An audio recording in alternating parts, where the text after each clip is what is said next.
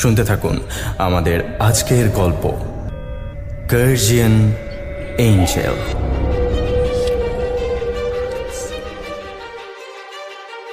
আচ্ছা, এরকম কি কখনো হয়েছে যে আপনি রাস্তা দিয়ে হেঁটে যাচ্ছেন, এমন সময় দেখলেন একটা খুব সুন্দর সাদা রঙের পালক আপনার পায়ের উপর এসে পড়েছে? বা ধরুন আপনার মাথার মধ্যে অকারণেই বেজে চলেছে কোনো শান্ত অথচ গভীর সুর। বা ধরুন কোনো দুর্ঘটনায় পড়তে পড়তে বেঁচে গেছেন। তা যদি হয় তবে এই বেলা জানিয়ে রাখি, পৌরাণিক ধ্যান ধারণা অনুযায়ী আপনার উপর একটি গার্জিয়ান এঞ্জেলের দৃষ্টি পড়েছে। তিনি অদৃশ্য হয়ে আড়াল থেকে নানাভাবে আপনাকে সাহায্য করে চলেছেন প্রতি মুহূর্তে। এমনও হতে পারে আপনি যে মিডনাইট হরর স্টেশনকে অনলাইনে খুঁজে পেয়েছেন সেটা আপনার এবং আমাদের গার্জিয়ান এঞ্জেলেরই বদান্যতায়। তবে মুশকিল হলো, আজকাল আমি খুব সন্দেহবাদী হয়ে পড়েছি। অকারণ সাহায্য আমরা নেবই বা কেন? আর যদিও বা নিই, একেবারে চোখ বন্ধ করেই বা নেব কেন? তবে চোখ নয়, আজ আপনার সজাগ কান খোলা রেখে শুনতে থাকুন আমাদের গল্প, গার্জিয়ান এঞ্জেল।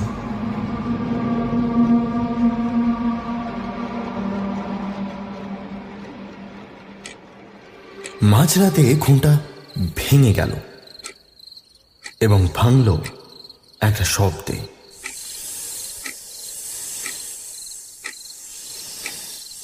চোখ খুলে বিছানার উপরে উঠে বসলাম আমি, এবং ঠিক তখনই দেখতে পেলাম উজ্জ্বল ছকছকে সবুজ চোখ দুটো। আমার ঘরে নাইট ল্যাম্পের সবুজ আলো তার চোখের উপর গিয়ে পড়েছে। পায়ের কাছে একটা ঠান্ডা স্পর্শ। অল্প অল্প মাথা দোলাচ্ছে সে। সামনের মানুষটা জীবিত না মৃত বুঝে নিতে চাইছে। ভয় পেলেও আমি মুখ দিয়ে কোনো শব্দ করলাম না। চাদরের নিচ থেকে ঠান্ডা স্পর্শে পাটা কেঁপে উঠতে যাচ্ছিল, আমি কোনো রকমে সামলে নিলাম। এখন শব্দটা আরো প্রকট হয়ে উঠেছে। যতটা না হিস হিসের শব্দ, তার থেকে অনেক বেশি আমার হৃৎপিণ্ডের ছটফটানির। বুঝলাম, বেশিক্ষণ এভাবে বসে থাকলে সেটা আপনা থেকেই স্থির হয়ে আসবে। সরীসৃপটা আমার পায়ের উপর থেকে নড়ার কোনো লক্ষণ দেখাচ্ছে না। অসীম ধৈর্য তার। একটু একটু করে হাতটা নাড়ালাম আমি। কিছু একটা করতেই হবে এই মুহূর্তেই, মনস্থির করে নিলাম। চকিতে হাতটা তুলে এনে ধরতে গেলাম তার সরু গলার কাছটা। সে আগে থেকেই কিছু একটা আন্দাজ করে পিছিয়ে নিয়েছিল গলাটা। আমার হাতটা ফসকে গেল। তর্জনীর নখটা হয়তো একবার লেগেছে তার গলার ঠান্ডা আঁশে। রাবারের স্প্রিং এর মতো আরেকটু পিছিয়ে গেল তার শরীরটা। জিভটা বেরিয়ে এলো ঠোঁটের ফাঁক দিয়ে। উদ্যত ফনাটা বিদ্যুৎ ঝলকের মতো ছিটকে এলো আমার দিকে। আমি চোখ বন্ধ করে নিলাম। আশ্চর্য, শরীরে কিন্তু কোনো অনুভূতি পেলাম না। তার বদলে অদ্ভুত একটা শব্দ শুনতে পেলাম। আগের মতো হিস হিস নয়, তার বদলে একটা গড় গড় আওয়াজ।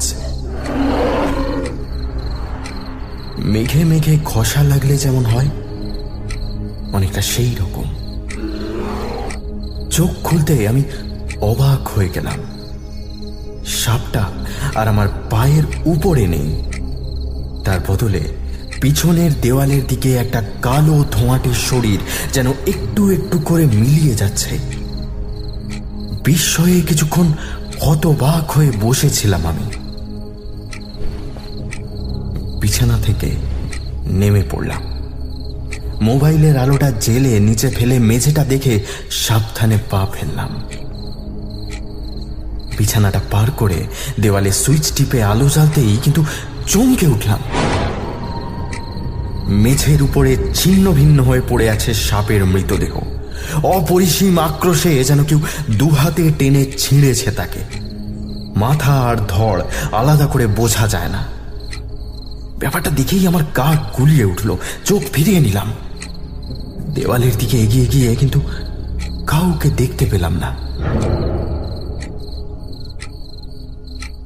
মনে হলো যে মুহূর্তে আমি চোখ বন্ধ করেছিলাম ঠিক তখনই দেওয়ালের দিক থেকে এগিয়ে এসে সাপটাকে ছিঁড়ে ফেলেছে কেউ। কিন্তু কে?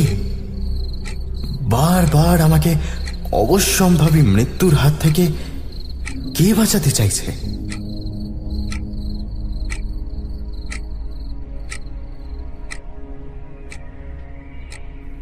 এতক্ষণ পরে ডাক্তার বারিক জেগে উঠলেন।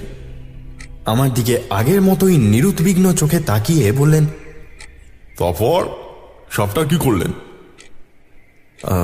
সকালে কাজের লোক আসতে তাকে দিয়ে ফেলিয়ে দিলাম। আমি আর হাত দিইনি। সে দেখে কিছু বলেনি? হ্যাঁ, একটু অবাক হয়েছিল, কিন্তু আমি সেসবে কান না দিয়ে বকাবকি করেছিলাম তাকে। বকাবকি কিসে? ওকে আজ 1 মাস হলো বলে চলেছি জানলা দিয়ে আগাছা উঠেছে সেগুলো কেটে দিতে। ওগুলো এই উঠেছিল সাপটা। কয়েক মিনিট গভীর চিন্তার মধ্যে ডুবে থাকলেন ডাক্তার বারিক। তারপর মুখ তুলে বললেন, রাতে আপনার দরজা বন্ধ ছিল? হ্যাঁ, আমি দরজা ভিতর থেকে বন্ধ করেই শুই। সে রাতেও বন্ধই ছিল। তা সত্ত্বেও কেউ আপনার ঘরে ঢুকে মেরে ফেললো সাপটাকে। ডাক্তার আদৌ কিছু থই পেয়েছেন বলে আমার মনে হলো না। একটু পিছিয়ে বসে বললাম, দেখুন, তর্কের খাতিরে না হয় আমি ধরে নিলাম যে প্রাণীটা কোনো কারণে আমার ঘরে ঢুকে পড়েছিল এবং সাপটাকে দেখে সে হামলা চালায়। কিন্তু কেন? সাপটাকে তো সে খায়নি। এমনকি সাপটা আমাকে ছোবল মারতে যাওয়ার আগে অবধি তাকে আক্রমণ পর্যন্ত করেন। অর্থাৎ তার উদ্দেশ্য ছিল আপনাকে রক্ষা করা, সাপটাকে হত্যা করা নয়। আবার এদিকে যেভাবে সাপটাকে ছিঁড়েছে তাতে মনে হচ্ছে প্রবল আক্রোশেই আক্রমণ করা হয়েছিল তাকে। আচ্ছা, 7 দিনের কি একটা ঘটনা বলছিলেন আপনি? আমি মাথা নাড়িয়ে কনুইটা টেবিলের উপরে রাখলাম। হাত ঘড়ির নিচ থেকে সেদিনের চেরা দাগটা উঁকি দিচ্ছে। এই কদিনে খানিকটা মিলিয়ে এসেছে দাগটা, তাও বোঝা যায়। গাটা শিউরে উঠল। সেদিন হাত চুইয়ে বালির উপরে রক্ত ঝরে পড়ছিল। মাথাটা গুলিয়ে যাচ্ছিল বারবার। সমুদ্রের নোনা জল আর অদৃশ্য হাওয়ার ঝাপটায় আরো বেড়ে উঠেছিল ব্যথাটা। তবে বেশিক্ষণ থাকেনি, নিজে থেকেই মিলিয়ে এসেছিল। আজ যে ডাক্তারের কাছে আমি এসেছি তার কারণ থেকে থেকে প্রবল মাথার যন্ত্রণা। মনে হচ্ছে মাথার ভিতরের সমস্ত অঙ্গ প্রত্যঙ্গ যেন পিস্টনের তলায় রেখে পিষে দিচ্ছে কেউ। সেইভাবে মিনিট 5 থেকেই সমস্ত ব্যথা গায়েব। প্রথমে ডাক্তার সন্দেহ করেছিলেন টিউমার জাতীয় কিছু একটা হয়েছে মাথায়, কিন্তু স্ক্যান করতে দেখা গেল সেসব কিছুই না। মাথা যেরকম থাকার তেমনই আছে। তাহলে হলোটা কি? অন্য সিমটম বলতে কিছুই নেই।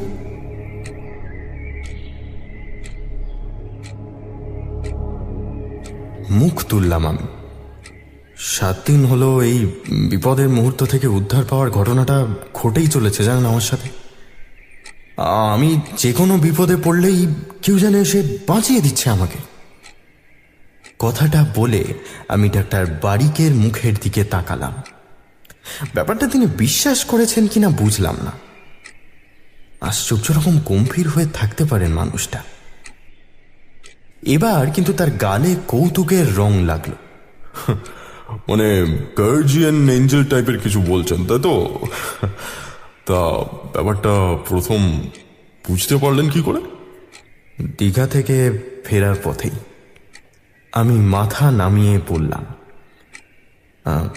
বাসে করে ফিরছিলাম, একটা সরু মেঠো রাস্তার মধ্যে দিয়ে আসছিল বাসটা। রাস্তার দুপাশ খাদের মতো নেমে গেছে। বাসটা চলতে চলতে হঠাৎ ভীষণ জোরে ঝাঁকুনি খেল। সবাই ভেবেছিল খসে নিচে গিয়ে পড়বে, কিন্তু আশ্চর্যজনকভাবে বেঁচে যায় বাসটা। সবাই ড্রাইভারের প্রশংসা করছিল, কিন্তু আমি পিছনে বসেছিলাম বলে জানলা দিয়ে দেখেছিলাম বাসের একটা চাকা সত্যি শূন্যে নেমে গেছিল। সেদিক থেকে আবার রাস্তায় উঠে আসে সেটা। ধুর, তা কি করে হয়? চাকা যদি সত্যি শূন্যে ঝোলে সেটা আবার রাস্তায় তুলে নেওয়া ইয়ার কি নাকি? তা জানি না, তবে নিজের চোখে আমি দেখেছি ব্যাপারটা। কিন্তু এ থেকেই তো আর এ সিদ্ধান্তে আসা যায় না যে আপনাকে কেউ বাঁচাতে চাইছে। বাসে তো আরো লোক ছিল, তাদেরকেই বা বাদ দিলেন কেন? বাদ দিলাম কারণ ঘটনাটা আমার সাথে তারপরেও ঘটেছে। সারাক্ষণ কেউ যেন দাঁড়িয়ে থাকে আমার পাশে। মানে বলছেন এক্ষুনি যদি আমি ছুরি দিয়ে আপনাকে আক্রমণ করি তাহলে কেউ আপনাকে বাঁচিয়ে দেবে? আমি মিহি হাসলাম। তারপর আপনার পরিণতি যদি কাল রাতের ওই সাপটার মতো হয় তাহলে কিন্তু আমি দায় নেব না। ডাক্তারের মুখ দেখে মনে হলো ব্যাপারটা তিনি কৌতুক হিসেবেই নিলেন। বললেন, তো এর থেকে ভালো তো আর কিছু হয় না। আপনার একটি গার্জিয়ান এঞ্জেল জুটেছে, তাহলে তাকেই না হয় বলুন মাথার ব্যথাটা সারিয়ে দিতে। আমি তো আপনার মাথায় কিছুই খুঁজে পাচ্ছি না। কিন্তু আমার ব্যথাটা? ডাক্তার বারিক এবার চেয়ার ছেড়ে উঠে পড়লেন। বললেন, দেখুন, আমার মনে হচ্ছে আপনার এই গার্জিয়ান এঞ্জেলের ব্যাপারটা সাইকোলজিক্যাল। কিছু একটা ঘটনা হয়তো ঘটেছিল আপনার সাথে, যাতে করে আপনি কারোর উপরে চূড়ান্তভাবে ডিপেন্ডেন্ট হয়ে পড়েছিলেন। এখন সেরকম কাউকে খুঁজে না পাওয়ায় আপনি এরকম আজগুবি জিনিস ভেবে চলেছেন। তাহলে কাল রাতের সাপটাকে কে মারল? সম্ভবত আপনি নিজে। এমনও হতে পারে আপনার ভিতরে দুটো সত্তা তৈরি হয়েছে। মানে আপনি বিপদে পড়লে নিজেই নিজেকে উদ্ধার করছেন, কিন্তু কৃতিত্ব দিচ্ছেন অদৃশ্য কোনো বন্ধুকে। এছাড়া আমার কাছে আর কোনো ব্যাখ্যা নেই। আর কথা না বাড়িয়ে উঠে পড়লাম আমি। ডাক্তারের চেম্বারের বাইরে আসতেই মনে হলো ব্যথাটা আবার জাগিয়ে উঠেছে। সেটা অবশ্য হওয়াই স্বাভাবিক। এক গ্রীষ্মের কাঠফাটা রোদ, তার উপরে আবার এই জায়গাটা ঘিঞ্জি। চারিদিকে গাড়ি ঘোড়ার চিল চিৎকার আর হর্নের শব্দে কান পাতা দেয়। এখান থেকে বাস স্ট্যান্ড খানিকটা দূরে। আমি সেদিকে এগোতে যাচ্ছিলাম, এমন সময় মনে হলো কেউ ফুটপাত থেকে উঠে এসে ছিটকে ফেলে দিল আমায়। টাল রাখতে না পেরে আমি আছাড় খেলাম মাটিতে। কনুইটা সজোরে ঠুকে গেল। হতবাক হয়ে উঠে দাঁড়ালাম। চারপাশে তাকিয়ে কিন্তু কাউকে দেখতে পেলাম না। তাহলে আমাকে ধাক্কাটা মারল কে? হ্যাঁ, কেনই বা মারল? চোখ সরিয়ে নিচে তাকাতেই কিন্তু বুঝতে পারলাম ব্যাপারটা। রাস্তা দিয়ে হাঁটার সময় মাথা ব্যথাটা এত বেড়ে উঠেছিল যে খেয়ালই করিনি সামনে একটা ওয়ার্নিং লেখা বোর্ড ঝোলানো আছে। আমার পা থেকে দুহাত দূরেই একটা বেশ বড় ম্যানহোলের ঢাকনা খোলা। আমি যদি ছিটকে না পড়তাম তাহলে এতক্ষণে সেটার ভিতরে গিয়ে পড়তাম। ম্যানহোলটা যেরকম গভীর তাতে তার ভিতর থেকে উঠে আসা আমার পক্ষে সম্ভব হতো না। কমপক্ষে হাত পা তো ভাঙতই। কে আপনি? বারবার এভাবে বাঁচিয়ে দিচ্ছেন কেন আমাকে? আমি চাপা গলায় শূন্যের দিকে তাকিয়ে প্রশ্ন করলাম। কোনো উত্তর নেই। আমি আবার গলা তুললাম। কি চান আপনি? আমার চারপাশের সনসনে হাওয়াটা বেড়ে উঠেছে। মনে হলো একদম পিছনেই কেউ এসে দাঁড়িয়েছে। অথচ সব কিছু আগের মতোই শান্ত। রাস্তায় লোকজনের ভিড়ভাট্টা, আর কোনো কিছুর দেখা নেই। কেউ খেয়ালও করছে না আমার দিকে। সেদিক থেকে সরে এসে সামনে একটা বাস দেখে উঠে পড়লাম। মোটামুটি ফাঁকা বাস। একটা সিট খুঁজে নিয়ে বসে পড়লাম। ব্যাগের ভিতর থেকে পেন কিলার ট্যাবলেট বের করে মুখে দিলাম। তাতে ব্যথাটা খানিক কমলো বটে, কিন্তু সেই সাথে একটা ঘোর এসে লাগলো। দুলকি চালে চলেছে বাসটা। আমার নামতে এখনো ঘন্টা খানেক। হাতের উপর মাথা রেখে চোখ বুঝলাম। হাতের নিচের চিরা দাগটা চোখে পড়তেই 7 দিন আগের সেই রাতটার কথা আবার মনে পড়ে গেল। সে রাতের পর থেকে আমার জীবনে ঘটে চলা প্রত্যেকটা বিপদের হাত থেকে আমাকে বাঁচিয়ে চলেছে কেউ। শহরের কোলাহল মুছে গিয়ে আমার কানে বাজতে লাগলো সমুদ্রের গর্জন, সেই সঙ্গে এক টানা তানপুরার সুরের মতো আওয়াজ।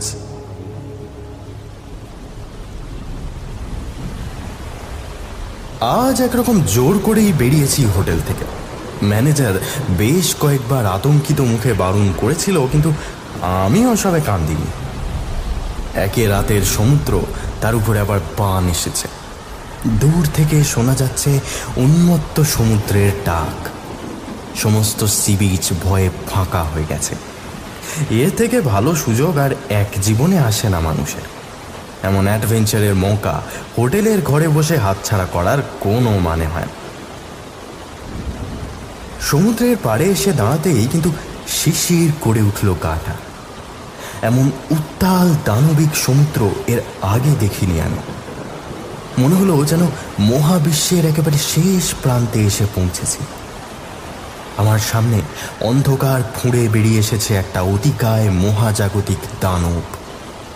অজস্র সাদা সফেন ঢেউয়ের মতো অঙ্গ প্রত্যঙ্গ দিয়ে সে গিলে খেতে চাইছে সমস্ত আকাশটা। তার উপর দিয়ে বয়ে আসা জোলো হাওয়া আমাকে সেই দানবের থেকে দূরে উড়িয়ে নিয়ে যেতে চাইছে। কোনো রকমে নিজের রেনকোটটাকে আঁকড়ে ধরে আমি একটা পাশে সরে এলাম। পিচটা যথারীতি ফাঁকা। অন্ধকারে যতদূর চোখ যায় বিস্তৃত বালির সাম্রাজ্যের উপরে জলোচ্ছ্বাস ছিটকে আসছে। থই থই হয়ে ভাসছে সি বিচ। সেদিক থেকে চোখ ফেরাতে গিয়ে খানিক দূরে চোখ আটকে গেল আমার। মনে হলো সমুদ্রের জল যেখানে সে বারবার ঝাঁপিয়ে পড়ছে, তার থেকে একটু দূরেই উজ্জ্বল চকচকে কিছু একটা পড়ে আছে। বারবার জলের স্রোত এসে ঢেকে দিচ্ছে সেটাকে। একটু অবাক হলাম আমি। এমনিতে টুরিস্টদের সি বিচে আবর্জনা ফেলে যাওয়াটা নতুন কিছু নয়, কিন্তু সেসবের কিছুই তো এখন আর চোখে পড়ছে না। যেভাবে ঢেউ এসে বালির উপরে আছড়ে পড়ছে, তাতে অনেক আগেই ধুয়ে মুছে সাফ হয়ে যাওয়ার কথা ছিল জিনিসটার। কৌতূহল হতে আমি এগিয়ে গেলাম। যদিও ব্যাপারটা রিস্ক হয়ে যাচ্ছে, এরকম খেপে ওঠা সমুদ্রের এত কাছে যাওয়া মোটেই নিরাপদ নয়। তাছাড়া এখন চারপাশে অন্য কেউও নেই। একবার পা হড়কে জলের স্রোতের মাঝে পড়ে গেলে আমাকে বাঁচানোর কেউ নেই আপাতত। সাহসে ভর করে এগিয়ে গেলাম আমি। কয়েক পা এগোতেই বুঝলাম জিনিসটা আগে যতটা উজ্জ্বল মনে হয়েছিল তার থেকে খানিকটা যেন কম, বা এও হতে পারে জিনিসটার বেশিরভাগ অংশটা বালিতে ঢাকা পড়ে গেছে, তাই পুরো আলোটা দেখা যাচ্ছে না। তানপুরার মতো আওয়াজটা কিন্তু এখনো আগের মতোই শোনা যাচ্ছে। জলের ছাট এসে লাগছে আমার গায়ে। জিনিসটার কাছে এসে বালির উপরেই হাঁটু গেড়ে বসে পড়লাম। ভালো করে তাকাতে বুঝলাম জিনিসটা অনেকটা আমাদের বাড়িতে জ্বালানো টিউবলাইটের মতোই কিছু একটা। অথচ এমন অদ্ভুত মিহি ময়ূরকণ্ঠী আলো এর আগে দেখিনি আমি। একটু আশ্চর্যই লাগলো আমার। লোকে খামোকা একটা টিউব লাইট নিয়ে সি বিচে আসবেই বা কেন, আর সেটা ফেলেই বা যাবে কেন? মনে হলো একটু একটু করে কমে আসছে আলোটা। তেল কমে গেলে যেমন হ্যারিকেন নিভে আসে, অনেকটা সেই রকম। আমি সেটার দিকে আরেকটু এগোতেই আবার একটা বড়সড় ঢেউ এসে আছড়ে পড়ল তার উপরে। ভেবেছিলাম সেই স্রোতেই ভেসে যাবে জিনিসটা, কিন্তু জল সরে যেতে দেখলাম সেটা আগের মতোই পড়ে আছে। উল্টে জল লেগে তার গায়ের উপর থেকে জমা বালির প্রলেপ সরে গেছে। তাতেই চোখে পড়ল লাইটের একটা দিকে একটা ছোট ফুটো আছে। ফুটোর ভিতরটা অন্ধকার। আমার মনের ভিতরে কৌতূহলটা এখন আরেকটু বেড়ে উঠেছে, সেই সাথে বেড়ে উঠেছে ভয়। জিনিসটা খারাপ কিছু নয় তো? একবার ভাবলাম উঠে চলে যায়, কিন্তু পরক্ষণেই মনে হলো টিউবলাইটটা যেন টানছে আমাকে। সেই তানপুরার একঘেয়ে শব্দটা এখন সুরের মতো শোনাচ্ছে। ধীরে ধীরে হাত বাড়িয়ে জিনিসটা তুলে নিলাম আমি, আর সঙ্গে সঙ্গে একটা তীব্র যন্ত্রণা আমার কবজিটাকে অসাড় করে দিল। মনে হলো সেই অন্ধকার ফুটোর ভিতর দিয়ে কিছু একটা পেরিয়ে এসে আঙুলে ঢুকে গেছে আমার কবজির ভিতরে। জিনিসটা মাটিতে গিয়ে পড়তেই তার আলো একেবারে কমে এলো। আমি হাতটা তুলে ধরে দেখলাম ঝরঝর করে রক্ত পড়ছে সেখান থেকে। আর এক হাত দিয়ে চেপে ধরলাম জায়গাটা। যে সুচালো জিনিসটা ভিতরে ঢুকেছিল সেটা কিন্তু আর দেখতে পেলাম না। মনে হলো ফুটোর ভিতর থেকে বেরিয়ে আমাকে ছোবল দিয়ে আবার তার ভিতরে ঢুকে গেছে সেটা। মাটির উপরেই বসে পড়লাম। এখন নোনা জলের ঝাপটা এসে লেগে যন্ত্রণা আরো বেড়ে উঠেছে। টিউবটা কি তবে কোনো প্রাণী? অপরিসীম সমুদ্রের বুকে বয়ে আসা এমন কোনো প্রাণী যা আজও হয়তো মানুষের অভিধানে নেই? একটা অবশ ভাব আমাকে জড়িয়ে ধরছিল। চেষ্টা করেও আর বেশি দূর এগোতে পারলাম না। বালির উপরে শুয়ে পড়লাম। একটু একটু করে অন্ধকার নামলো আমার চোখে।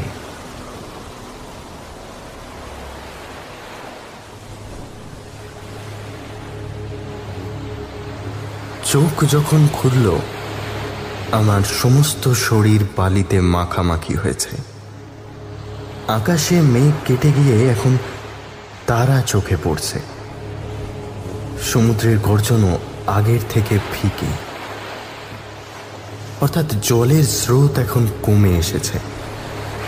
বুঝলাম বেশিক্ষণ সময় কাটেনি। মিনিট কুড়ি মাত্র অজ্ঞান হয়েছিলাম। খেয়াল করলাম আমার হাতের ব্যথাটা খানিকটা কমে এসেছে। বালির উপরে দাঁড়িয়ে জামা কাপড় ঝাড়তে লাগলাম আমি। বাঁ হাতটা একটু নড়াতে গেলেই ব্যথাটা চাগাড় দিয়ে উঠছে। নিচে তাকিয়ে সেই রঙিন টিউবটা দেখতে পেলাম না। হয়তো স্রোতে বয়ে নিয়ে গেছে সেটাকে। চারিদিকে আগের মতোই নিবিড় অন্তহীন জলরাশি। কেমন জানি ভয় লাগলো আমার। পায়ে জোর এনে ফেরার পথ ধরলাম। কিছু একটা কামড়ে দিয়েছে আমাকে। এভাবে সমুদ্রের ধারে পড়েছিল মানে নিশ্চয়ই ভালো কিছু নয়। কোনো রোগ হবে কি এবার আমার? একবার পিছনে ফিরে তাকাতেই কিন্তু আমি অবাক হয়ে গেলাম। যেখানে আমি এতক্ষণ অজ্ঞান হয়ে শুয়েছিলাম সেই জায়গাটার বালি এখনো দেবে আছে। অথচ স্পষ্ট মনে আছে যেখানে আমি এসে পড়েছিলাম সেখানে একটা বেশ বড় সড়ো আলগা পাথর পড়েছিল। সেই পাথরটার এখন আর দেখা নেই।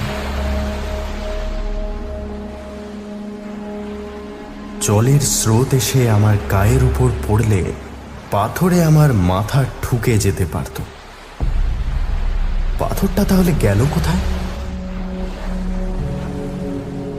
শুধুমাত্র জলের স্রোতে তো অত বড় পাথর সরে যাওয়ার কথা নয়।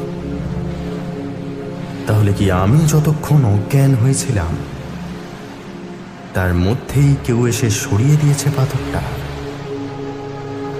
কিন্তু এত রাতে কে আসবে, আর হঠাৎ করে সরাতেই বা যাবে কেন? কৌতূহলটা বুকে জমিয়ে আমি হোটেলে ফেরার পথ ধরলাম।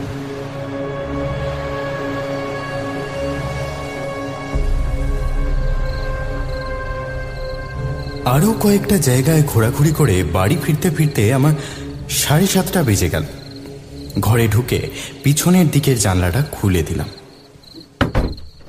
এর মধ্যে লোকজন লাগিয়ে ওপাশের বেয়ে ওঠা লতা কেটে ফেলেছে সুজন। তার উপরে খানিকটা খুশি হলাম আমি। আমাকে বাঁচানোর কেউ আছে মানেই রোজ রোজ আমার ঘরটাকে জঙ্গুলে সাপেদের তীর্থক্ষেত্র বানানোর তো মানে হয় না। পরিশ্রমে শরীর ক্লান্ত ছিল।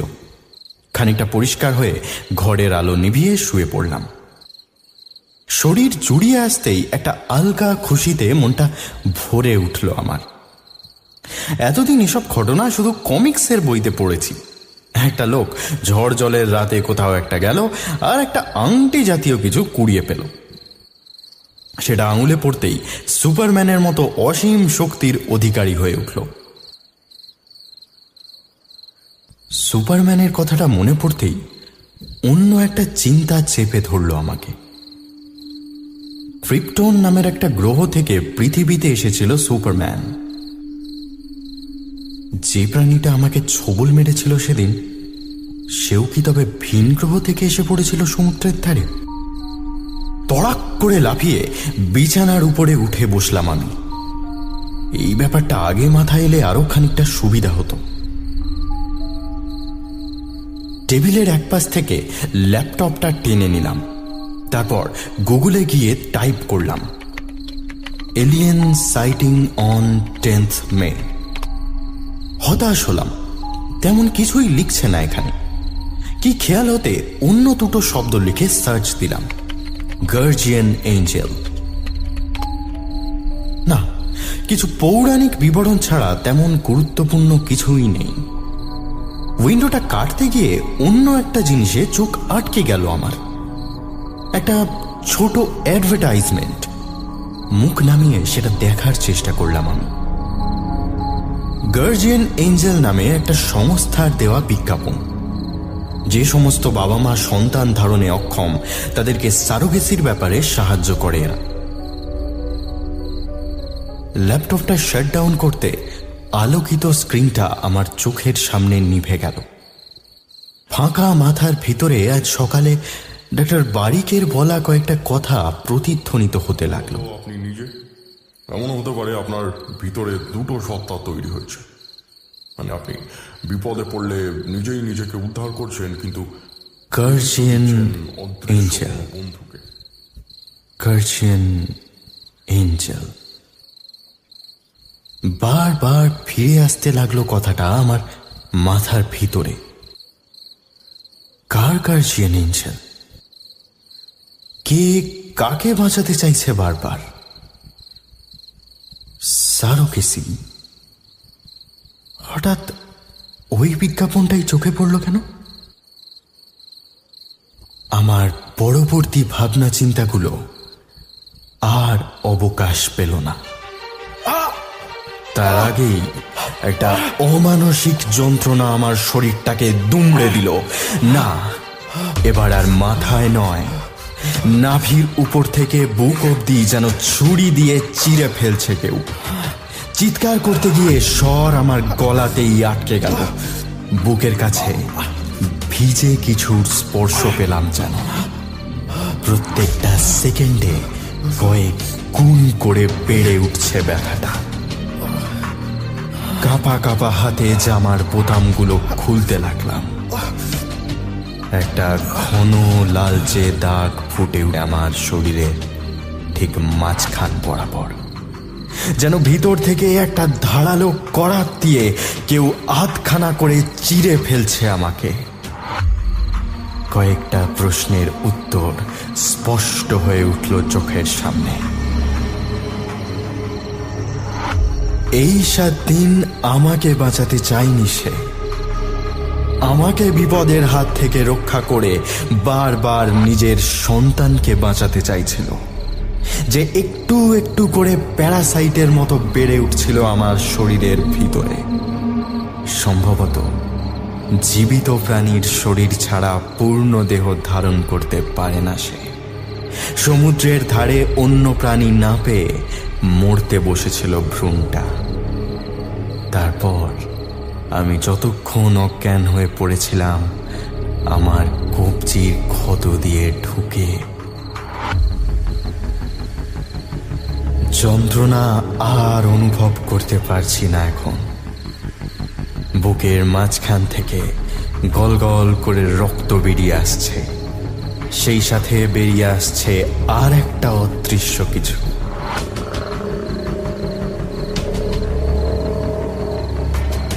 বেশ বুঝতে পারছি একটু একটু করে আরো বেড়ে উঠবে ফাঁকটা। পাঁজরের হাড়গুলো ভাঙতে শুরু করেছে এতক্ষণে। এক্ষুনি আমার শরীরটাকে ফাটিয়ে বেরিয়ে আসবে সে। শেষ মুহূর্তে শুনতে পেলাম আমার ঠিক পিছনে সেদিন রাতের সেই গড়গড় শব্দটা আবার শুরু হয়েছে। তবে এবার আর রাগ নয়, তার অচেনা শব্দের ভাষায় যেন নতুন প্রাণের উল্লাস ঝরে পড়ছে।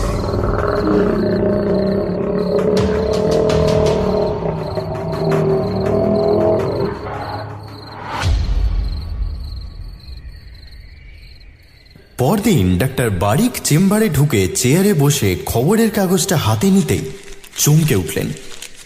এই কি আশ্চর্য, এই লোকটাকে তো উনি চেনেন। কাল সকালে এসেছিল মাথার ব্যথা নিয়ে। এদিকে আজ সকালে লোকটার ফ্ল্যাটে নাকি তার মৃতদেহ উদ্ধার হয়েছে। যেমন তেমন মৃতদেহ নয়, মনে হচ্ছে কেউ যেন ভিতর থেকে ছিঁড়ে দিয়েছে তার শরীরটাকে। ছবি অবশ্য খবরে ছাপেনি, লোকটার ছবি দিয়েছে খালি। বারিকের মনটা খারাপ হয়ে গেল। হয়তো মাথার ব্যথা সহ্য করতে না পেরেই আত্মহত্যা করেছে। ব্যাপারটা থেকে মনটা ঘোরানোর চেষ্টা করলেন তিনি।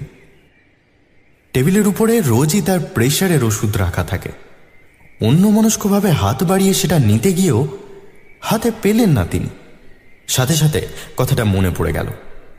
পরশু যে ওষুধটা এনে তিনি টেবিলের উপরে রেখেছিলেন সেটার এক্সপায়ারি ডেট চলে গেছিল। আজ তাই নিজের ব্যাগে করে নতুন ভালো ওষুধ এনেছেন। এখন ভুল করে যদি খারাপ ওষুধটাই খেয়ে ফেলতেন তাহলে এক কেলেঙ্কারি ঘটত। ব্যাগ থেকে নতুন কেনা ওষুধের শিশিটা টেবিলের উপরেই রাখলেন ডাক্তার বারিক। কিন্তু ডেট পেরোনো ওষুধের শিশিটা গেল কোথায়? কাল তো টেবিলের উপরেই রেখেছিলেন। উঁকি মেরে নিচে তাকাতে তিনি দেখলেন ওষুধের শিশিটা ভেঙে মেঝের উপর পড়ে আছে। তবে কি কারো হাত লেগে পড়ে গেছে? আমারও আবার গার্জিয়ান এঞ্জেল টেঞ্জেল জুটলো নাকি? হাসি মুখে কথাটা বলে আবার কাগজে মন দিলেন ডাক্তার বারিক।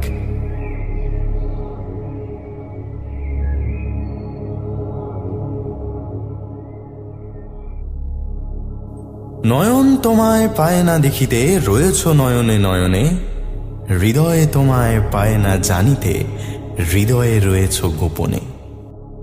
আপনার শরীরে যে গ্রহান্তরের জীব প্যারাসাইট হিসেবে বংশবিস্তার করতে পারে সে সতর্কবাণী কবি আগেই দিয়ে গেছেন। আমরা শুধু এটুকুই যোগ করতে পারি যে আপনি কোনো রকমে যদি অতীন্দ্রিয় ক্ষমতার অধিকারী হয়ে ওঠেন তাহলে নিজেকে সুপার হিরো ভেবে মোটেই আনন্দ করবেন না। সুপার হিরোদের বাজার এখন মোটেই ভালো যাচ্ছে না। পরের সপ্তাহেই আসতে চলেছে আমার প্রথম অলৌকিক উপন্যাস তার চোখের তারায়ের অডিও টিজার। আর 1 জুলাই থেকে শুরু হতে চলেছে তার প্রি বুকিং, অর্থাৎ সন্তান ভূমিষ্ঠ হওয়ার আগেই যারা তার পানি প্রার্থী হিসেবে নাম লিখিয়ে রাখতে চান তাদের সময় শুরু হচ্ছে না না না না না এখন নয় রে বাবা, 1 জুলাই থেকে। যোগাযোগ করতে পারেন আমার সাথে sayok@amstation.com এই ঠিকানায়, বা দেবযানীর সাথে devjani@amstation.com এই ঠিকানায়, বা নিতে পারেন টেলিপ্যাথির সাহায্য। শুনছিলেন মিডনাইট হরর স্টেশনের বিশেষ গল্প গার্জিয়ান এঞ্জেল। সবাই ভালো থাকবেন, শুভরাত্রি।